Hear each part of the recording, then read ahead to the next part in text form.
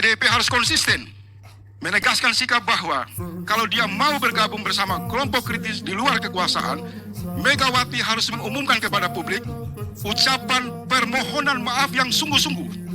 Nah lalu kemudian tadi nih yang dari Bung Faisal, semua kelakuan Jokowi menjadi tanggung jawab PDIP. Inilah tidak enaknya jadi PDI Perjuangan. Semua yang baik yang dilakukan Pak Jokowi, itu jadi bintang jasa untuk Pak Jokowi. Semua yang jelek dilakukan Pak Jokowi, menjadi dosanya PDI Perjuangan. Pola Deddy Sitorus ini kebangkrutan politisi Senayan. Anda tidak usah curhat di tempat ini. Lincah lompat kata seperti PKB. PKS yang mana tuh? Semua sampai hari ini Yang mana? tidak ada satu anggota PKS Yang mana satu? mengajukan daftar nama hak angket. Oh ada. Siapa? Tapi Anda tidak bisa memaksa saya memakai ukuran sepatu Anda. Anda punya, dengar dulu dong, Anda udah ngomong tadi. Bekerja mewakili suara rakyat. Jangan curhat di ruang publik. Madu, salah satu obat paling mujarab, insya Allah. Sedia madu ternak dan madu hutan. Dihasilkan oleh lebah dari nektar bunga asli, bukan dari gula yang dimakan lebah. Proses higienis, kemasan praktis dan elegan. Garansi 1 juta rupiah jika terbukti madu kami tidak asli. Terbaik, madu kelanceng, dari lebah spesial. Hubungi. Nah, lebih khusus kepada Ibu Megawati dan PDIP, saya di forum ini juga ingin menghimbau, tidak mudah untuk berganti kulit. Karena seluruh rangkaian investasi dan prestasi jahat dari rejim Jokowi, adresnya adalah PDIP. PDIP tidak bisa menggunakan drama di Mahkamah Konstitusi, peristiwa-peristiwa politik dari suara kritis publik, lebih khusus oposisi, untuk mengambil lorong senyap, merubah warna seolah-olah untuk menjadi pahlawan kesiangan, karena kekalahan Jokowi adalah kekalahan PDIP.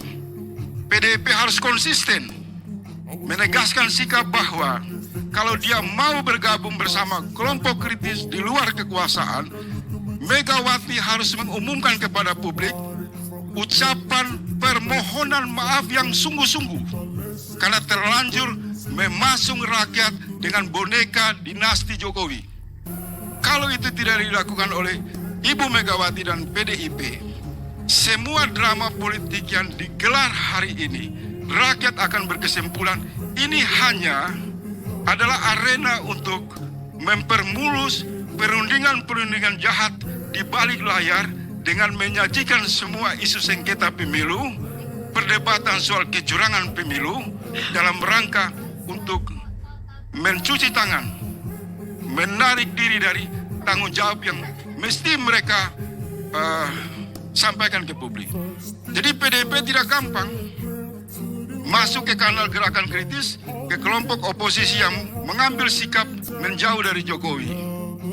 Bisa itu terjadi bila Ibu Megawati menyampaikan permohonan maaf kepada seluruh rakyat Indonesia, terlanjur memproduksi sebuah pemimpin yang tidak produktif, yang menimbulkan pintu masuk penguasaan terhadap sumber-sumber kekayaan alam oleh oligarki, yang membuat drama-drama politik licik, yang mengadu domba seluruh partai politik, yang hasilnya hari ini kita lihat semua itu hanya retorika. Tidak ada satupun dalam permainan ini yang berpihak kepada rakyat. Itu menurut saya. Nah, terkait lagi dengan sengketa yang ada, kita sudah prediksi bahwa tidak akan Jokowi membiarkan 8 orang itu yang berada di MK akan mengambil posisi berdasarkan hati nurani. Keputusan ini murni dituntun oleh kekuasaan yang bersifat intervensi, pengaruh kekuasaan yang kuat. Jadi kalau Bang Kani bertanya apakah ada intervensi, akal sehat publik mengatakan intervensi.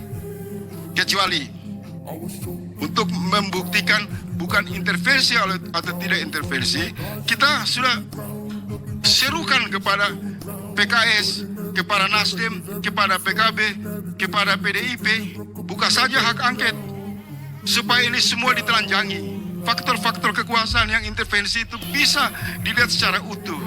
Tetapi lagi-lagi, karena partai-partai ini tersandra, banyaknya elit mereka yang korupsi, dan lebih khusus kasus BTS yang banyak dipersepsikan oleh publik sangat efektif menyandra PDIP, maka hak angket yang menjadi hak rakyat untuk mengetahui persoalan-persoalan terhadap kecurangan bernegara dan demokrasi ini mati di tengah jalan.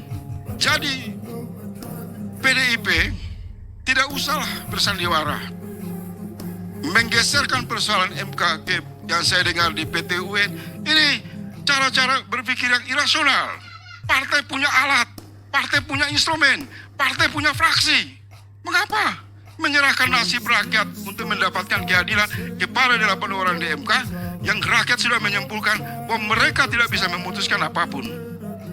Jadi untuk itu, menurut saya, Bung Sitorus dan kawan-kawan menghadap lagi Ibu Megawati, berikan masukan. Rakyat sudah tahu ini semua sandiwara.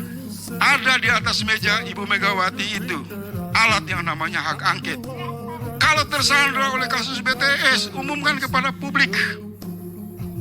Tetapi kalau Ibu Megawati punya pandangan yang visioner untuk menyelamatkan negara ini, besok, lusa, dalam waktu yang dekat ini, umumkan ada 100, ada 50 anggota DPR dari PDIP sudah tanda tangan pengajuan hak angket.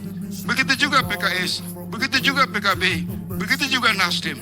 Kalau dalam seminggu ini tidak ada peristiwa yang konkret, langkah-langkah yang nyata, saya sarankan berhenti dengan sandiwara omong kosong. Rakyat sudah sangat cerdas dan tidak mau lagi diperbaiki oleh pandangan-pandangan yang hanya membingungkan saja. Terima kasih. Nah lalu kemudian tadi nih yang dari Bung Faisal, semua kelakuan Jokowi menjadi tanggung jawab PDIP. Inilah tidak enaknya jadi PDI Perjuangan.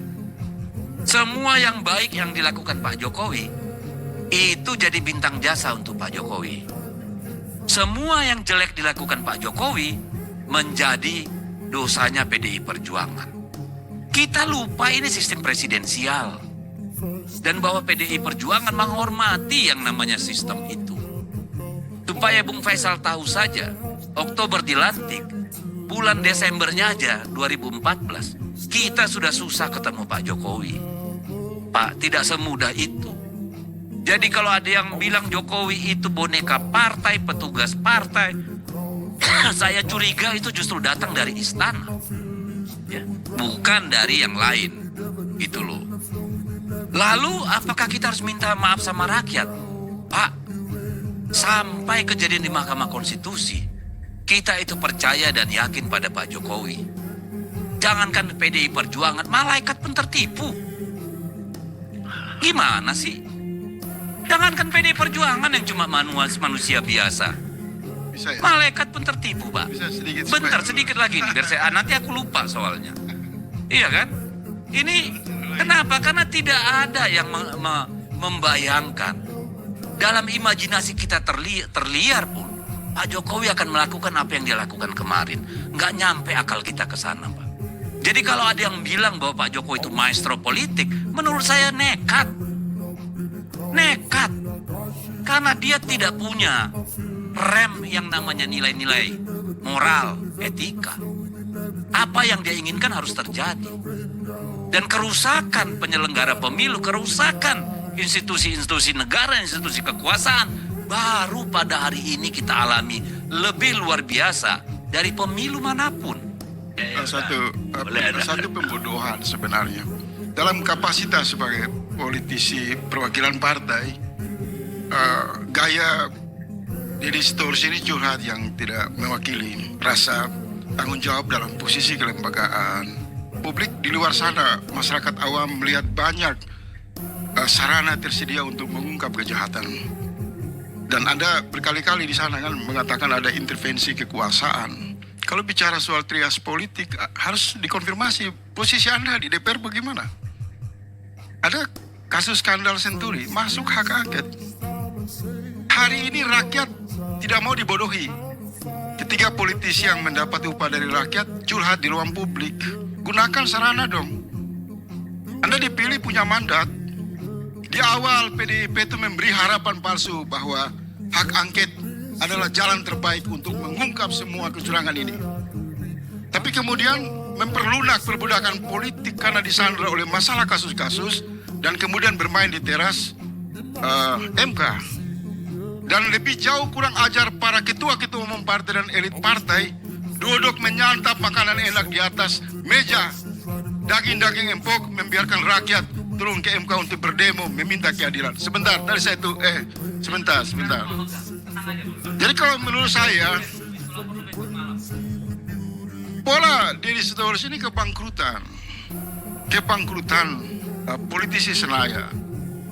Anda tidak usah curhat di tempat ini. Besok itu Anda kumpulkan teman-teman Anda di DPR, gulirkan hak angket, umumkan berapa orang dari PDIP. Itu pertanyaan awal saya tadi.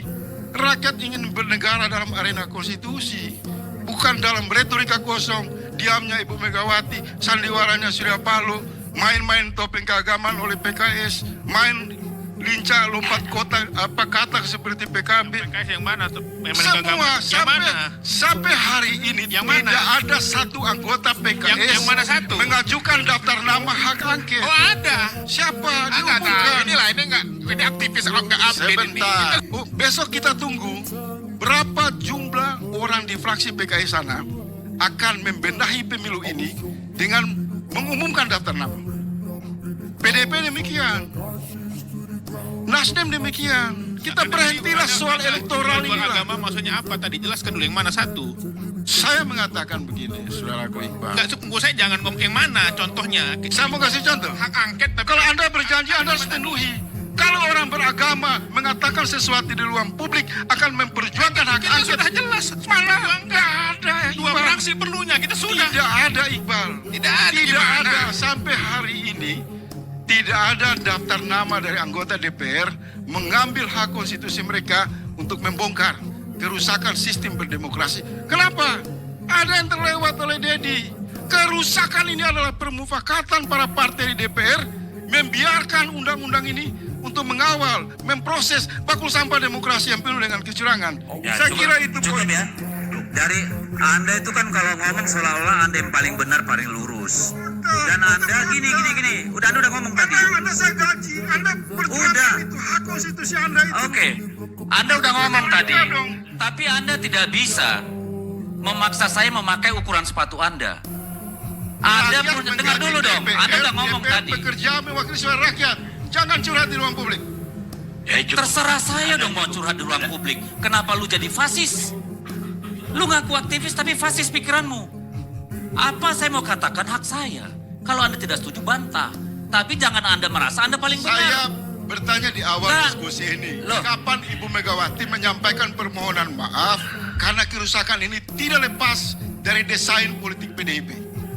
Ayo, Anda sampaikan itu kepada Ibu Anda Megawati. jangan Saya dengar nggak tadi jawaban saya? Kedua, Saya jangan mengatakan tidak ada sarana lain. Itu pembodohan. Seolah-olah semua dipasung di teras MK. Udah cukup. Ada juga di DPR. Cukup loh, debat, angket. Anda tidak mendengar penjelasan saya bahwa kita adalah negara presidensial. Dan saya mengatakan bahwa yang namanya Presiden Jokowi itu mandiri dan independen dalam mengambil keputusannya. Tadi saya beri Anda clue. Setelah dilantik Oktober, mulai Desember saja itu ketemu Pak Jokowi sudah sulit. Itu juga 2014 enggak. itu pola hubungan Anda di antara- dengar dulu dong. sama rakyat itu. Anda Megawati ngomong nggak mau mau ketemu dibahas. Jokowi nggak ketemu, nggak ada faedah buat rakyat. Jangan ditafsirkan Udah. sebagai bagian dari proses kecurangan pemilu. Sudah belum? Udahlah Dedi. Sudah. Udahlah Dedi. Ya enggak, Anda Kita nggak bisa bilang bicara. saya sudah. Anda siapa? Saudaraku, gunakan Enggak, hak Anda konstitusi siapa melarang saya untuk sudah? bicara. Bos. Anda sudah ngomong, izinkan saya ngomong dong. Jangan kayak kau paling benar. Gimana sih kau? Jangan merasa paling benar, itu pikiran fasis, Pak. Ini bukan LSM, Pak. Ini bukan kelompok kerumunan, ini partai politik. Pertimbangannya tidak sekadar di lingkunganmu. Kita bicara soal Ini ngurus negara. representasi partai Jangan kau politik. samakan. Bagaimana, Dedi? Loh, jangan bagaimana. Ada hak konstitusi. Ada hak, tapi ada prosesnya, ada pertimbangan. Ini bukan gerombolan. Gunakan hak itu. Anda Supaya jangan menggampangkan jadi persoalan. Politisi Seolah-olah tidak ini urusan menggunakan- 1, 2, 3 orang. Politisi tidak menggunakan hak konstitusi. Anda Itu jangan adalah kumpulan simplifikasi. gerombolan. Itu komplotan. Sekarang saya kasih tahu Beza. Anda sebentar, Bang.